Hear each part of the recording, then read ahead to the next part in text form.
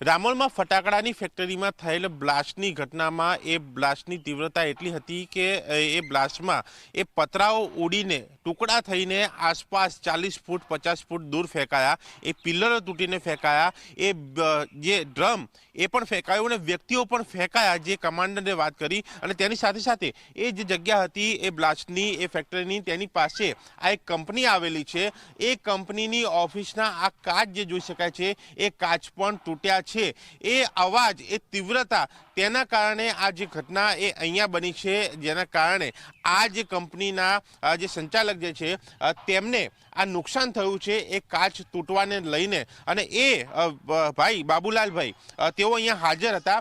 તેમની સાથે પણ આપણે વાત કરીશું કે ત્યારે એ અવાજ તેમને કેવો આવ્યો હતો, શું સ્થિતિ હતી. બાબુલાલભાઈ, એ અવાજ કેવો હતો? પહેલા તો જ્યારે અવાજ થયો એના પહેલા હું ઓફિસમાં બેઠો હતો અને બ્લાસ્ટ થયો એટલે મારો ઓફિસનો કાચ તૂટ્યો એટલે મને એમ લાગ્યું કે વીજળી પડી, પણ બહાર આવીને જોયું તો એ ફટાકડાની ફેક્ટરીમાં બ્લાસ્ટ થયો હતો.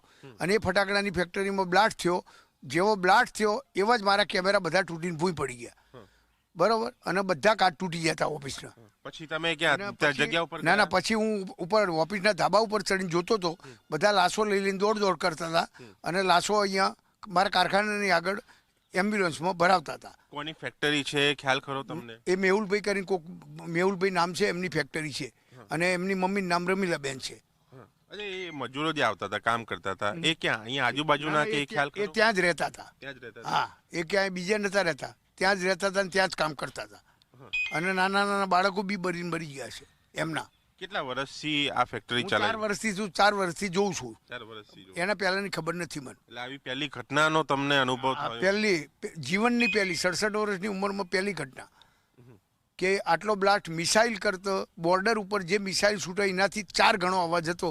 1 કિલોમીટરે અવાજ સંભળાયો હતો બધાને. કેટલા બારીઓના કાચ તૂટ્યા છે? 1, 2, 3 બારીઓના કાચ તૂટ્યા છે.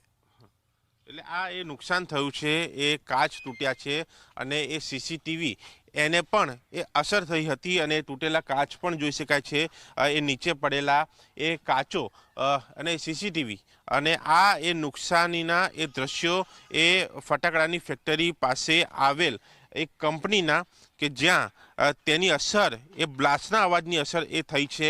અને હવે એ ઘટના કે જેની અંદર એ 9 લોકોના મોત, 6 લોકો સારવાર હેઠળ, જેમાં એ મેહુલ ડોડિયાના માતા એ રમીલાબેન એ પણ સારવાર હેઠળ છે, જેઓ અહીંયા હાજર હતા, જેઓ સંભાળતા હતા. અને તેમના સહિત એ 3 લોકો સામે પોલીસે ફરિયાદ દાખલ કરી છે અને આગળની તપાસ શરૂ કરી છે. ત્યારે જોવાનું એ રહે છે કે આ ઘટનાની અંદર હજુ શું કાર્યવાહી થાય છે, કારણ કે આ ફેક્ટરી એ ગેરકાયદેસર ચાલતી હોવાનું એક સામે આવ્યું છે. અને જો એ વસ્તુ છે તો તંત્રએ શું કામ કર્યું એ પણ સવાલ ઊભા થાય છે. કેમેરામેન સૂર્યપ્રકાશ શર્મા સાથે દર્શન રાવલ, જી મીડિયા, અમદાવાદ. તો ગઈકાલે જે રીતે આ મોતની ફેક્ટરીમાં બ્લાસ્ટ થયો અને તે બ્લાસ્ટ એટલો ભયાનક હતો કે નજીકની જે આવેલી ફેક્ટરી છે તેના કાચ પણ તૂટી ગયા અને તેના સીસીટીવી પણ બંધ થઈ ગયા. એટલે કે તેના સીસીટીવી પણ આ બ્લાસ્ટના કારણે તૂટી ગયા છે. આપ આ દ્રશ્યોમાં જોઈ શકો છો. ત્યારે આ બ્લાસ્ટની તીવ્રતા કેટલી હશે તેનો અંદાજો આપ લગાવી શકો છો અને તેમાં જે લોકો મોતને ભેટ્યા છે તેમની શું હાલત થઈ હશે તેનો અંદાજો પણ આપ લગાવી શકો છો. ત્યારે 9 લોકો મોતને ભેટ્યા છે. સૌથી મહત્વની વાત એ છે કે આનો જે આરોપી છે તે ફરાર છે. તેની માતાની અટકાયત કરવામાં આવી છે. તેનો જે સાથીદાર હતો તેની પણ અટકાયત કરવામાં આવી છે. રામોલમાં ફટાકડાની ફેક્ટરીમાં બ્લાસ્ટ થવાના કારણે 9 લોકોના મોત, 6 લોકો સારવાર હેઠળ. આ જે ઘટના બની એની તીવ્રતા એટલી હતી કે દૂર દૂર સુધી એનો અવાજ આવ્યો. 100 મીટર 500 મીટર સુધી એના જે પતરાઓ, પિલ્લરો, વ્યક્તિઓ ફેંકાયા. અને એ ઘટનાના સીસીટીવી ફૂટેજ એ એક્સક્લુઝિવ આપને અહીંયા બતાવી રહ્યો છું. આ જે સ્ક્રીન દેખાય છે, આ 4 કેમેરા, એમાં આ અહીંયાનો એ કોર્નરવાળો કેમેરો છે કે જ્યાં એ બ્લાસ્ટ દેખાશે અને તરત કેમેરો બંધ થઈ જશે. અહીંયા જોઈ શકાય છે આ ફેક્ટરી, અને ત્યાં આ જે બ્લાસ્ટ એ 3 વાગે અને જે 50 સેકન્ડ બાદ એ બ્લાસ્ટ થાય છે.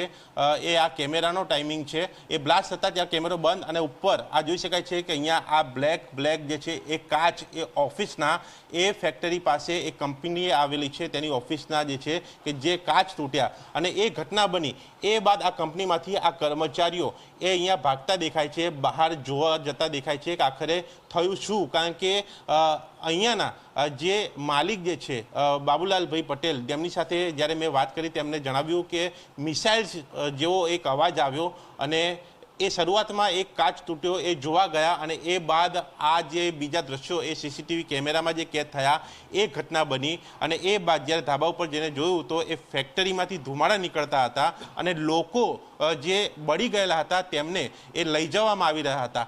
આ દ્રશ્યો એ લાઈવ એ ઘટનાના જે છે એ G24 કલાક એ ઝી મીડિયા આપને બતાવી રહ્યું છે અને જે પ્રકારે એ બાબુલાલભાઈએ વાત કરી કે તેમની કંપની એ 500 મીટર દૂર આવેલી છે અને ત્યાં જો આટલી અસર થઈ હોય તો આ બ્લાસ્ટની તીવ્રતા જે છે એ કેટલી હશે અને તેનાથી એ હાજર લોકોને કેટલી અસર થઈ હશે અને એ ઘટનામાં 9 લોકોના મોત, 6 લોકો સારવાર હેઠળ અને એ ઘટનામાં પોલીસે એ મેહુલ ડોડિયા, એની માતા રમીલા ડોડિયા, એની સામે ફરિયાદ, અન્ય એક સામે ફરિયાદ કરી છે. જે રમીલાબેન એ સ્થળ ઉપર હાજર હતા તેઓ પણ ઘાયલ થયા, જેમને સારવાર એ હાલ આપવામાં આવી રહી છે. અને સાથે હવે વાત છે એ મંજૂરી વગર ચાલતી આ જે કંપની, કારણ કે અગાઉ પણ આ જ જગ્યા ઉપર એ બ્લાસ્ટ થયા હોવાની એ એક પરિવારે આક્ષેપ કર્યો હતો, જેમાં એમને એક સભ્ય પણ ગુમાવ્યો. એ પણ વાત કરી હતી એ 2013 અને 14ની જ્યારે વાત જે છે, જો એ ઘટના ત્યારે બની હતી એ બાદ આ કંપની સામે શું એક્શન લેવાયા એ પણ તપાસનો વિષય છે. અને હવે જ્યારે આ ઘટના બની છે એ બાદ એ જવાબદારી કોણ નક્કી કરશે કે આ કંપનીને લાયસન્સ મંજૂરી આપવાની એ હદ કોની હતી અને સાથે હવે આગળ શું થાય છે એ પણ જોવાનું રહેશે. કેમેરામેન સૂર્યપ્રકાશ શર્મા સાથે દર્શક રાવલ, ઝી મીડિયા, અમદાવાદ.